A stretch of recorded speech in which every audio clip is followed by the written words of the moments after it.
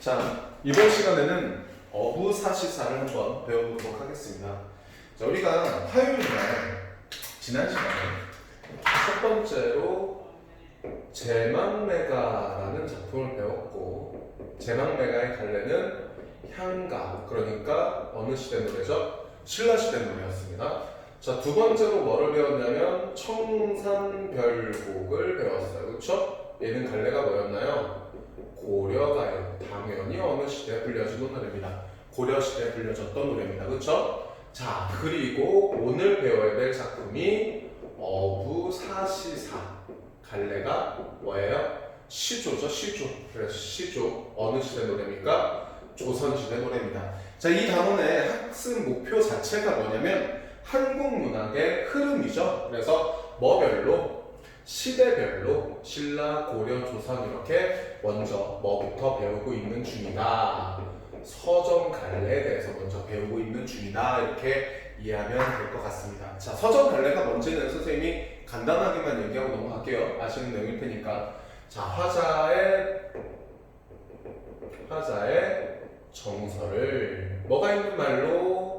운율이 있는 말로 어떻게 함축적 또는 어떻게 상징적으로 표현하는 말을 글을 갈래를 보고 문학의 갈래를 보고 서점 갈래라고 합니다. 그렇죠? 자, 그 중에서 오늘 우리는 어부사시사라는 뭐를 배워보도록 할 텐데 시조 작품을 배우도록 할 텐데 오늘 배울 어부사시사는 시조 중에서도 가장 일반적인 형태의 시조인 평시조이면서 연시조에 해당하는 글이다. 이렇게 보시면 되겠습니다. 그런데 문제는 뭐냐면 이 시조가 평시조이긴 한데 일반적인 평시조의 형식에서 많이 벗어나 있다라는 게 이게 좀 중요한 이 글에서의 특징이라고 이야기할 수 있는데 우리가 알고 있는 평시조는 일단 어떤 형식을 가지고 있습니까? 첫 번째 3장, 6구, 45자 내외, 두 번째 4음보의 율격, 세 번째 3, 4, 4, 4조의 음수율, 네 번째 종장의 첫 음보는 3음절로 고정됨이라는 형식적 특징, 고정된 특징을 가지고 있는 게 평시조죠. 그런데 이 글에서 나타나는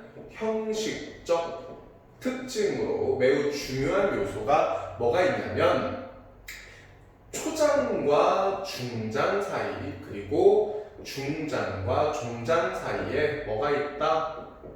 여음구와 후렴구가 있다라는 점입니다. 사실 여음구, 후렴구를 구별하는 것 자체가 좀 웃기는 일이긴 한데 어쨌든 둘 다 어떤 부분이냐? 뭐를 형성하는 부분, 운율을 형성하는 부분, 뭐를 돋우는 역할, 흥을 돋우는 역할. 자, 뭐를 형성한다?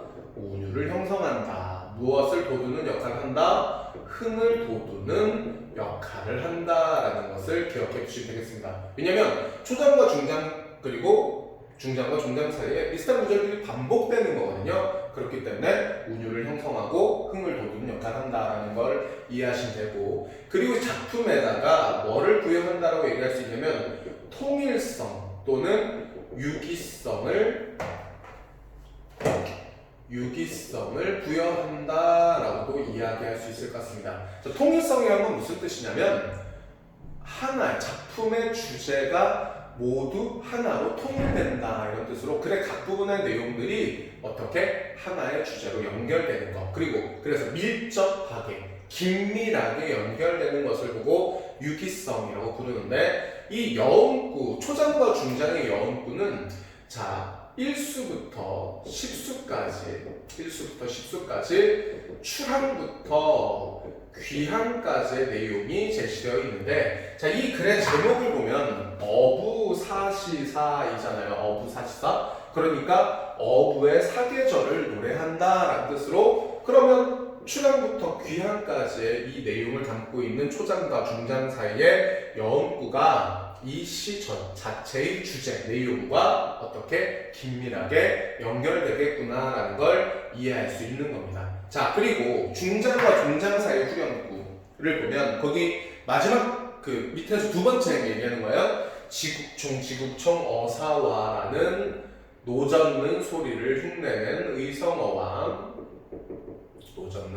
흉내낸 의성어와 그리고 뭐라는 어사와라는 구령소리 구령 소리가 반복이 되죠. 그렇죠? 그래서 이 부분도 반복됨으로써 같은 역할을 한다라고 이해하시면 되겠습니다. 그 내용이 어디에 있냐면 우리 자습서 220페이지에 밑에서 두 가지 내용이 그에 해당한다 이렇게 이해하면 되겠네요. 자, 여기서 아까 선생님이 얘기할 때 1수에서 10수까지 총 출항에서 귀환까지의 내용이 나타난다라고 얘기했는데 이 시조가 무슨 시조라고 했습니까? 연시조라고 이야기했죠. 자, 어부사시사라는 제목에서 알 수 있는 것처럼 사시, 어부의 뭐를 노래했다? 사계절을 노래했다 이런 뜻이거든요. 그래서 각 계절별로 그러니까 춘, 하, 추, 동 계절별로 10수씩 총 몇 수로 이루어진 40수로 이루어진 연시조로서 계절별로 1수에서 10수까지 추락에서 귀환까지의 과정이 나타난다 이렇게 이해하시면 되겠습니다. 그래서 우리는 오늘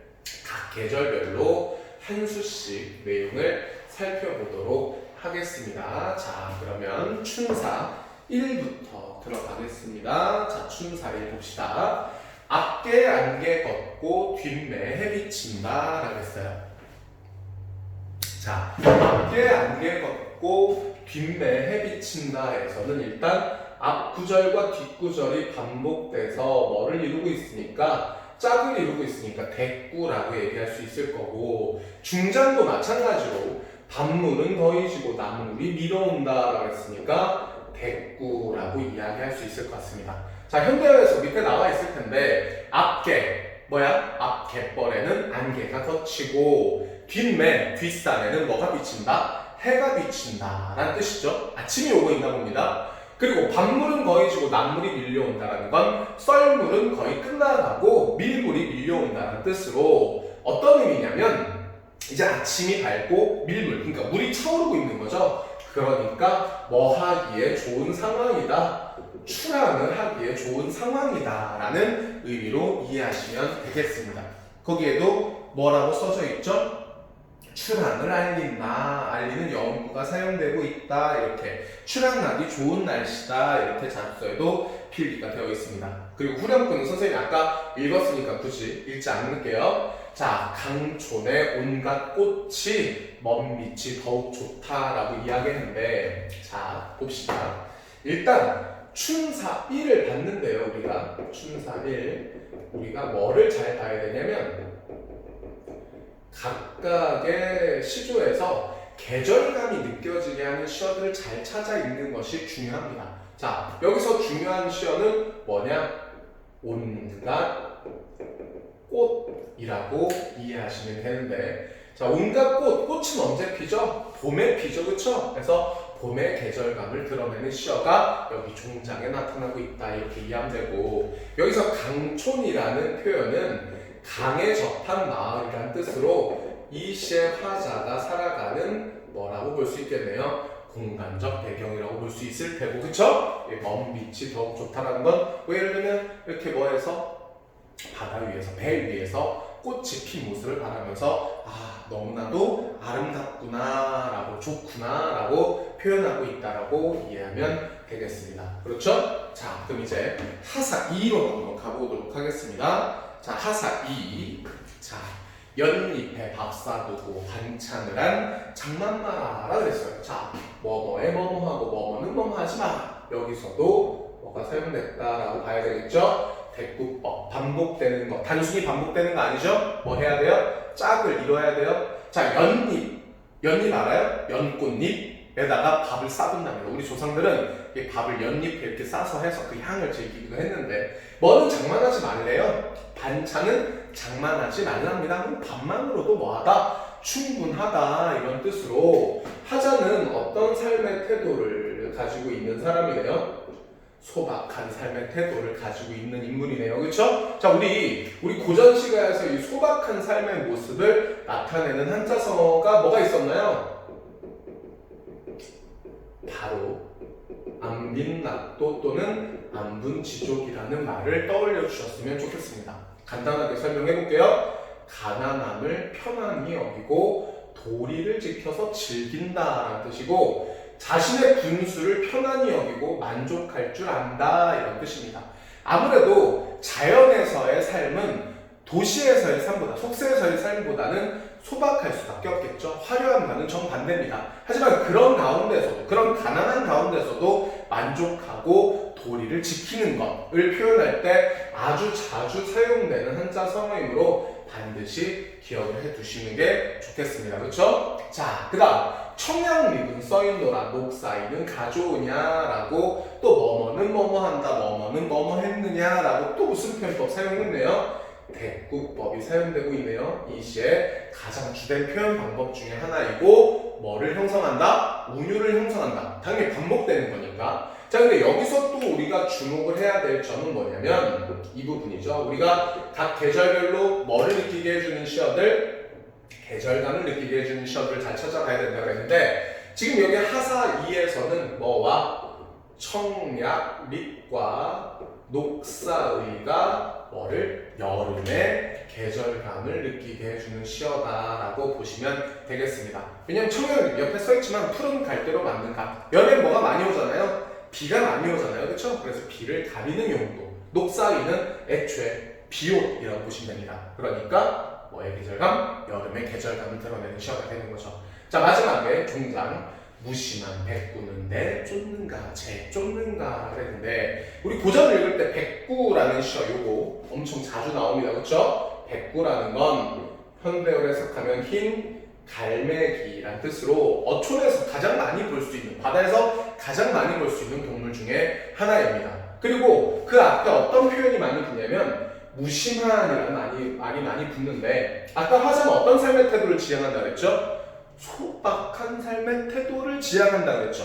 그럼 여기서 무심하다라는 걸 단순히 마음이 없다 뭐 이렇게 해석하기보다는 자연을 겉에 살아가다 보니 뭐를 갖지 않고 욕심 부리지 않고 살아간다 라는 의미로 받아들이시면 되겠습니다. 그래서 욕심 없는 흰 갈매기는 내가 쫓는지 제가 쫓는지 내가 갈매기를 쫓는 것인지 내가 갈매기가 나를 쫓는 것인지 모를 정도로 갈매기와 내가 함께 어우러지고 있다라는 것으로 뭐와 여기 중요합니다. 자연물과 뭐를 조화를 이루는 하자의 삶의 모습이 나타난다 이렇게 이야기할 수 있겠죠. 그래서 이런 자연 친화적인 작품이 나왔을 때 꼭 나오는 한자 성어 뭐 기억해야 됩니다.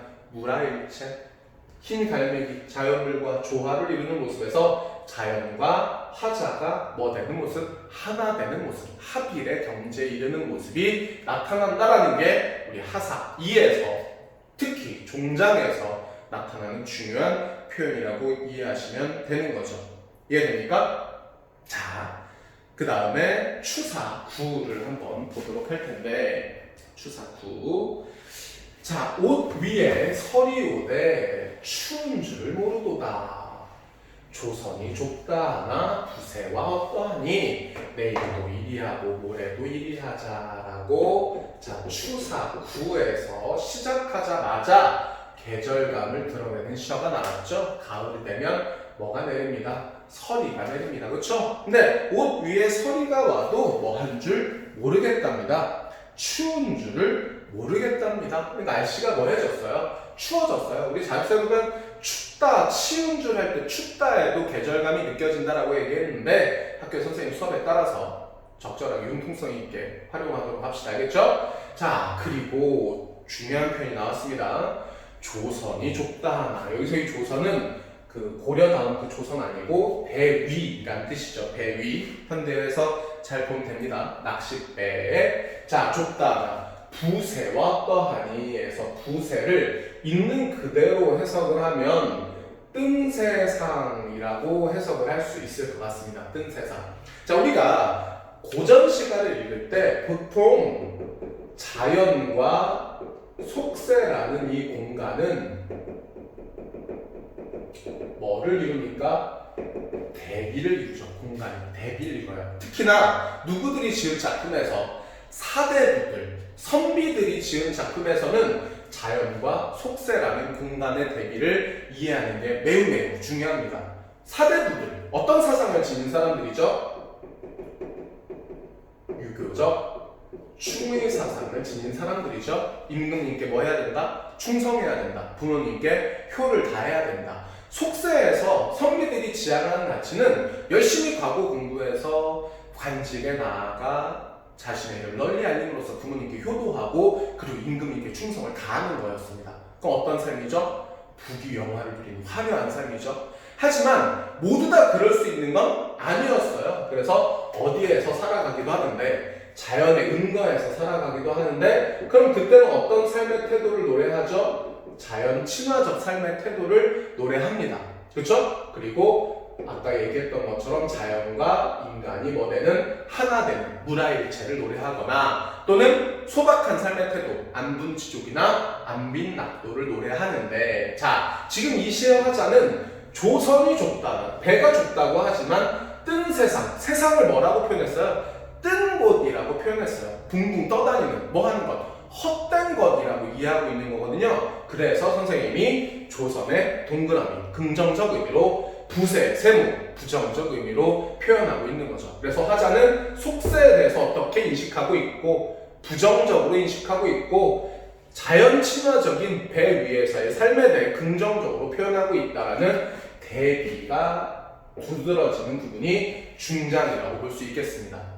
그래서 마지막에 이렇게 얘기하죠. 종장에 내일도 이리 하고 모레도 이리 하자 라고 비슷한 구절 반복됐어요. 이제는 같이 대답해볼 법도 한데 그쵸? 됐고 비슷한 구절 반복돼서 짝을 이루고 있습니다. 자 지금 이 중장까지의 삶이 현재 화자의 삶이거든요. 그쵸? 그런데 이 삶에 대해서 화자는 스스로 너무나도 만족하고 있는 거야. 그러니까 내일도 이렇게 살고 모레도 이렇게 살자라는 것은 결국 뭐에 대한 현재, 자연에서의 자신의 뭐에 대한 삶에 대한 뭐가 나타나는 부분이구나 만족감이 나타나는 부분이구나 뭐가 나타나는구나 자부심이 나타나는구나 라는 걸 이해해 보실 수 있는 겁니다. 이해됩니까? 뭐가 비교해 봤을 때 속세와 비교해 봤을 때 현재 내 삶에 만족한다 라고 미래에도 이렇게 살아가겠다 라는 게 추사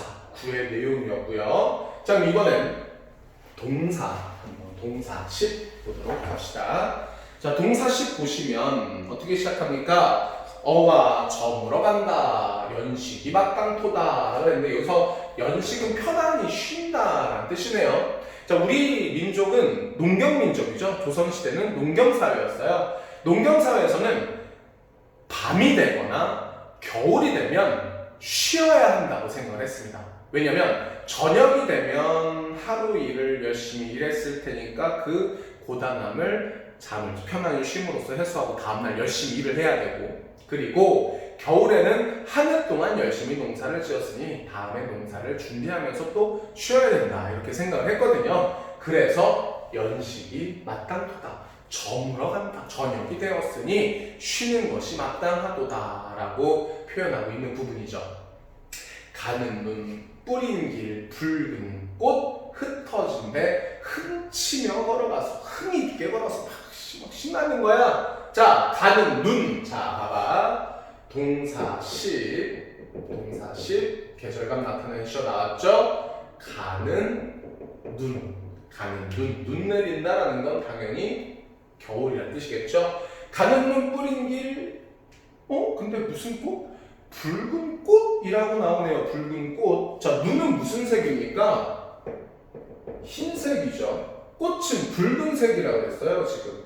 그러면 무슨 색과 무슨 색에 흰색과 붉은색에 뭐가 나타나고 있다라고 볼 수 있겠습니다. 색채 대비가 나타난다라고 볼 수가 있겠죠. 그렇죠? 자 이러한 색채 대비가 나타났을 때는 어떻게 더 선명하게 부각 또는 뭐 해준다? 강조해준다? 이렇게 이해하시면 됩니다. 그죠? 자, 뭐를? 눈 내린 풍경. 그런데 여기가 남쪽 지방이거든요. 남쪽 지방이다 보니까 뭐 동백꽃 이런 게 핀 거 아닐까요? 그렇죠? 그래서 눈과 붉은색 꽃이 대비를 이루기는 아름다운 풍경. 당연히 막 흥이 절로 오르지 않겠습니까? 그렇죠? 그래서 흥 있게 걸어가서라고 표현함으로써 그 아름다운 풍경을 더 선명하게 제시하고 있다라고 보면 되겠습니다. 마지막 설월이 서봉이 넘도록 송창에 비껴앉아라고. 자, 또 계절감 느껴지게 하는 시어 나왔네요. 설월, 뭐가 비친 달, 눈에 비친 달, 뭐 이런 식으로 해석할 수 있겠네요. 그렇죠? 설월이 서봉에 넘도록, 밤이 뭐 하도록 늦도록 송창 창문에 이렇게 비스듬히 있자라고 했는데, 자, 이 부분이 좀 특이합니다. 뭐가 특이하냐면 아까 이 글의 갈래가 뭐라고 얘기했죠? 시조.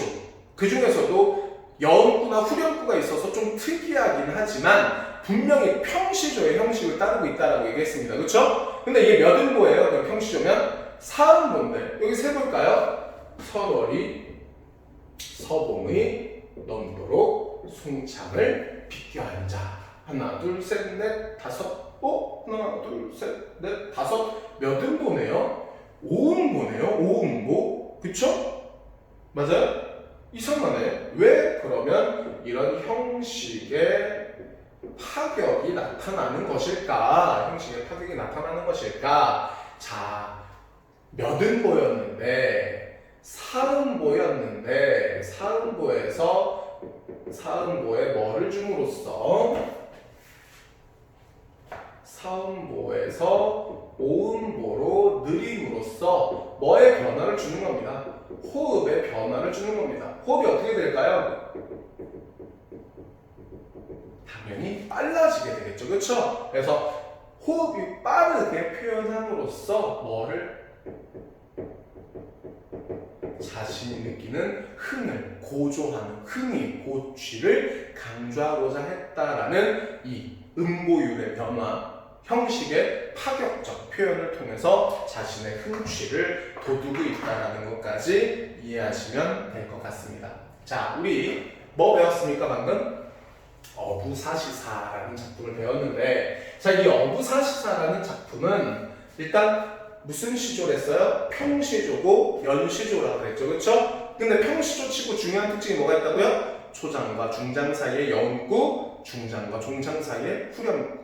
떠올리면서 대답하면서 들으시면 더 좋겠습니다. 그렇죠? 그래서 그 후렴구와 여음구가 가진 효과, 우리 지금 이제 정인식 학습할 때 꼭 꼼꼼하게 이 부분은 암기를 좀 해주셨으면 좋겠습니다. 알겠죠? 자, 그리고 연시조예요. 춘하, 추동, 계절별로 몇 수씩, 10수씩 총 40수로 이루어진 연시조로서, 그죠? 어부의 사계절의 그 흥을 노래하고 있다라고 이해하시면 되겠습니다. 그래서 각 수별로 계절감을 느끼게 해주는 시어들 꼼꼼히 보고요. 그때 화자의 정서와 태도가 어떠한지에 대해서 복습하면서 꼭 이해하시면 좋겠고, 자, 뒤에 학습활동에 보시면 여기는 학습활동을 좀 보고 가도록 합시다. 자, 어느 부분을 볼 거냐면 221페이지를 보도록 할 텐데, 자, 평시조는 4대부들이 주로 지었습니다. 아무래도 형식이 갖춰져 있었거든요. 그렇지만 이 윤선도의 경우는 좀 파격적으로 표현하긴 했죠. 근데 이게 후대, 조선 후기에 와서 평민들이 문학작품 창작에 참여하면서, 시조 창작에 참여하면서 이 사설시조가 등장을 하는데, 자, 사설시조의 특징 우리 기억하고 학습하고 갑시다. 자, 사설시조는 뭐라는 점? 3장, 그러니까 초장, 중장, 종장으로 이루어져 있다는 점을 제외하고는 평시조에서 많은 형식의 변화가 일어납니다. 하지만 뭐는 반드시 지키죠. 종장의 첫 음보가 몇 음절로 고정된다라는 3음절로 고정된다라는 이 형식적 제약은 꼭 지켜집니다. 그러면 특히 어떤 부분에서 평시조와 가장 큰 차이가 있느냐? 중장의 장형화가 나타난다는 점에서 평시조와 가장 큰 차이를 보인다라고 이해하시면 좋겠네요. 자, 이 평시조는 주로 누가 지었다고 그랬습니까? 서민들, 평민들 또는 민중, 백성들이 지었는데, 아무래도 이들은 사대부들보다는 좀 더 솔직하게 자신의 일상적인 삶의 감정에 대해서 진솔하게 표현을 하고자 문학작품을 창작을 했었는데, 그러기에는 이 평시조의 3장 6구 45자 내외 사음고의 율격 3, 4, 4, 4조의 음술 이게 너무 뭐한 거죠? 글자 수가 적은 거죠. 그래서 특히 중장은 2구 이상 늘려서 표현한 시조를 무슨 시조라고 부른다? 사설시조라고 부른다. 그래서 이 중장에서 장황하게 다시 한번 얘기하겠습니다. 장황하게 구체적으로 표현되라는 게 뭐의 특징이다? 사설시조의 특징이다. 이렇게 이해하시면 되겠습니다. 자, 먼저 내용부터 한번 살펴볼게요. 창내고자, 창내고자, 이내 가슴에 창내고자. 자, 우리 앞에 고려가요 청산별곡 할 때 나왔던 구절이 떠오릅니까? 사러리, 사러리 같다. 청산에 사러리 같다. 같은 거, 다른 거, 같은 거. 뭐의 구조라는 거? AA, BA의 구조. AA, BA의 구조 효과 기억납니까? 뭐 형성한다? 운율 형성한다. 다 반복한 거니까 당연히 의미 강조한다. 자, 화자가 지금 뭐를 반복했어요? 창을 내고자. 이 내 가슴에 창을 내고자. 창문은 왜 하죠? 환기하거나 이럴 때 바람 통하라고 시원하게 만듭니다. 그렇죠? 그럼 화자는 지금 마음속에 엄청 답답한 거야. 그러니까 창문을 내서라도 뭐 하고 싶은 거지? 답답한 마음을 해소하고 싶은 거지. 그치? 이해했어요? 근데 사실 이 마음이라는 건 눈에 보이는 게 아닌 거잖아요. 그죠? 근데 그걸 뭐 창을 낼 수 있는 것처럼 표현을 하고 있어요. 그렇죠? 그래서 뭐가 이루어진다라고도 생각할 수 있어야 되죠? 추상적 관념의 구체화가 나타난다라고도 이해할 수 있어야 됩니다. 뭐라고요? 추상적 관념의 구체화. 여기서 특히 뭐 했어요? 시각화. 여기서 구체화라는 건 막 보이는 것처럼, 만질 수 있는 것처럼 감각적으로 표현한다는 뜻이에요. 그래서 마음이라는 추상적 관념을 눈에 보이는 것처럼 시각화하는 표현이 나타나는 거죠. 자, 어쨌든 초장의 내용 뭐라고요? 화자는 마음의 창문을 내서라도 그 답답함을 뭐 하고자 한다? 해소하고자 한다. 자, 그 다음 중장 갑니다. 장형화된 부분이라고 했어요. 그죠? 고모장지, 쇠살장지, 들장지, 열장지, 암돌적이, 수돌적이, 배목것에 크나큰 장돌을 뚝딱 박아서 이내 가슴에 뭐 하고자? 창내고자 라고자. 뭐를 내는데 필요한 창문을 만드는데 필요한 소재들을 뭐 해주고 있네요? 열거하고 있습니다. 열거. 그리고 뚱땅 박아라고 뭐 사용했어요? 의성어, 다른 말로 음성상징어 사용했죠. 자, 이렇게 반복과 열거가 사용되면 보통 이렇게 표현했다고 합니다. 과장되게 표현했다. 되게 과장되게 표현한다 이렇게 얘기하고 이랬을 때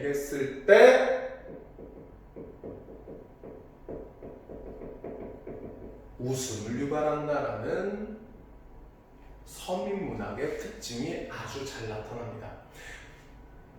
웃음을 유발하는 기본은요, 반복입니다. 반복. 계속 똑같은 말을 반복하다 보면 운율 형성과 의미 강조되는 효과도 있겠지만 사람들에게 헛웃음을 유발하죠. 뭐도 마찬가지, 과장도 마찬가지. 그래서 이 표현을 통해서 웃음을 유발하는 어떤 특성, 해학성이 나타난다라는 거 반드시 기억을 하셔야 되는데, 아니 방금 마음이 엄청 답답하다 그러니까 왜 갑자기 또 웃음을 유발이냐라고 할 수 있지만, 우리 조선시대 고전시가에서의 서민문학은 이 민중들은 힘들고 어려운 삶을 살 수밖에 없었어요. 그렇죠? 당연한 거 아닙니까? 신분제도 하에서 엄청 억압당하고 살고 있었을 텐데, 자, 하지만 그런 상황에 뭐 체념하고 막 자포자기하고 못 살겠다 이렇게 괴로워만 하는 게 아니라 그런 상황을 오히려 웃음으로 뭐 시킴으로써 승화시킴으로써 삶의 희망과 힘을 얻고자 했다라는 것이 서민문학의 특징이기 때문에 무슨 성? 해학성 나타난다라는 거 기억하셔야 됩니다. 알겠죠? 자, 마지막 이따금. 아까 얘기했죠? 종장의 초등보가 서문줄로 고정된다는 거 뭐 한다고? 동일하다고? 평시조랑? 매우. 선생님 오프라인 수업이었으면 좀 더 강한 표현으로 한번 얘기해 줄 수 있었을 텐데, 이따금 엄청 답답할 때는 뭐 해볼까 한다. 여다 져볼까 한다 라고 화자는 자신의 답답한 마음을 해소하고자 하는 소망을 표현하고 있구나. 이렇게 이해하시면 되겠습니다. 자, 그 다음은 현대시조예요. 현대시조. 시조라는 이 시가 서정 난례는 고려 말엽에 등장해서 오늘날까지 창작되고 있는 유일한 갈래의 작품이다라는 거 알아두셔야 되는데, 햇살에 사실 시조라는 게 별로 그렇게 크게 느껴지진 않을 것 같습니다. 자, 이렇게 해보겠습니다. 햇살의 고요 속에서 소리가 나고, 여든고, 사음고, 그죠? 바람은 쥐가 쓸듯 문틈을 넘고, 사음고, 후두엽, 외진간이역, 녹슨기차, 바퀴소리, 사음. 그러면 얘를 요렇게 올리고, 요렇게 올리고, 요렇게 올리면, 3장 6구 45자 내외라는 어떤 시조? 평시조의 형식을 그대로 따르지 않습니까? 그죠? 얘가 무슨 시조인 거야? 현대 시조인 거야. 근데 이 시조에도 이 행을 배열하는 방식이 달리 나타나는데, 일반적인 이제 고전의 평시조에 행을 배열하는 방식이, 시조의 행을 배열하는 방식이, 자, 고전 시조는 장별배행이라면, 장별배행 무슨 말이에요? 초장, 중장, 종장, 장별배행이라면 지금 얘는 어떻게 구별배행의 방식을 따르고 있는 거죠. 3장 6, 9, 45자 내외라 그랬잖아요. 그렇죠? 그래서 한 구씩 이렇게 구별로 배행해주고 있다. 배행 방식 기억하도록 합니다. 알겠죠? 행을 배열하는 방식을 보고 배행 방식이라고 얘기해요. 그래서 일반적인 배행 방식에서는 벗어나긴 했지만 어쨌든 얘도 뭐가 맞습니다. 시조가 맞습니다. 자, 그럼 이제 내용 들어가 보겠습니다. 햇살의 고요 속에선, 햇살은 어떤 이미지죠? 시각적인 이미지죠. 그렇죠? 그런데 뭐가 나고? 소리가 나고, 시각을 뭐 해서 표현했어요? 청각해서 표현했습니다. 무슨 심상이죠? 공감각적 심상이 나타나고 있네요. 그렇죠? 바람은 쥐가 쏠듯이라고 얘기했어요. 바람은 쥐가 쏠듯이라고, 이번엔 바람 소리를 또 스스라고 뭐 하고 있네요?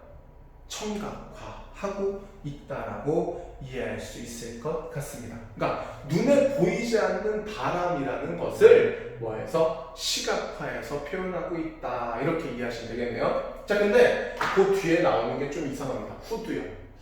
여긴가요? 여긴가? 후두엽? 외진간이역이라고 자신의 뭐의 모습을, 머릿속에서 나는 소리를 뭐 했네요? 외진간이역이라고 비유적으로 표현하고, 녹슨 기차 바퀴 소리가 난다라고 또 뭐 했습니다? 감각적으로 형상화한 것이다 라고 이해하시면 될 것 같습니다. 내용이 뭔가 굉장히 추상적인데요. 여기서는 내용보다는 밑에 학습활동의 내용을 더 꼼꼼하게 보도록 하겠습니다. 자, 1번 보면 가를 평시조와 비교해보고 사설시조의 형식이 주는 효과라고 이야기했는데, 자, 꼼꼼하게 보시면, 자, 뒤에 보겠습니다. 뒷부분. 자, 뭐라 그랬어요?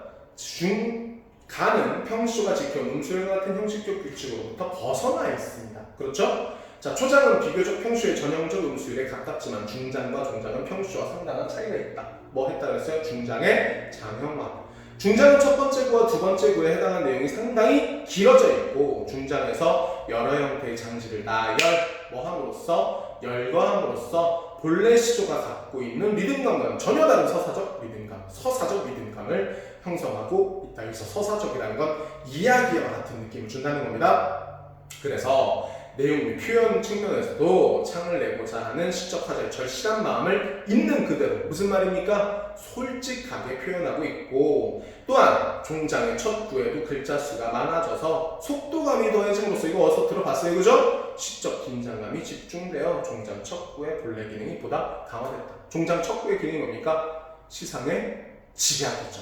전환입니다. 이해됩니까? 그래서 기능이 더 강조됐다. 하지만 어떤 점에서는 3장이라는 점 그리고 종장의 첫음과 3조를 계승됐다는 점은 평시조를 뭐 한 것이다? 변형한 것이다 라고 생각할 수 있을 것 같고 2번 보시면 나는 어떤 점에서 시조를 계승했다고 볼 수 있는지 이야기해보자 그랬는데 자, 첫 번째 거는 포인트가 거기에요. 평시조의 형식적 규칙인 3장 6구의 형태를 지니고 있다는 거 밑줄 쳐주시고 두 번째 작품에 사용된 시어나 표현들은 다 어때요? 현대적이지만 우리말의 어감을 잘 살렸다. 잘 살렸다. 그리고 시어나 표현 측면에서 시조를 계승했다고 볼 수 있지 않을까요? 라고 얘기했는데 요거는 이 말을 거기에다 꼭 써줍니다.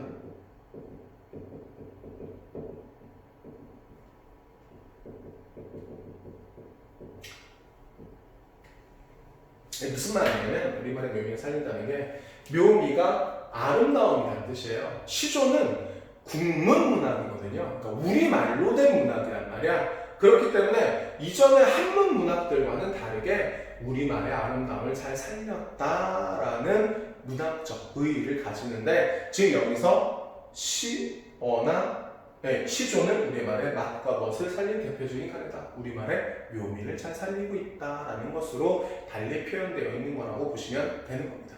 이해하셨습니까? 자, 여기까지 어부사시사 수업 정리해봤고요. 다음 시간에는 쉽게 쓰여진 시 현대시로 한번 보도록 하겠습니다.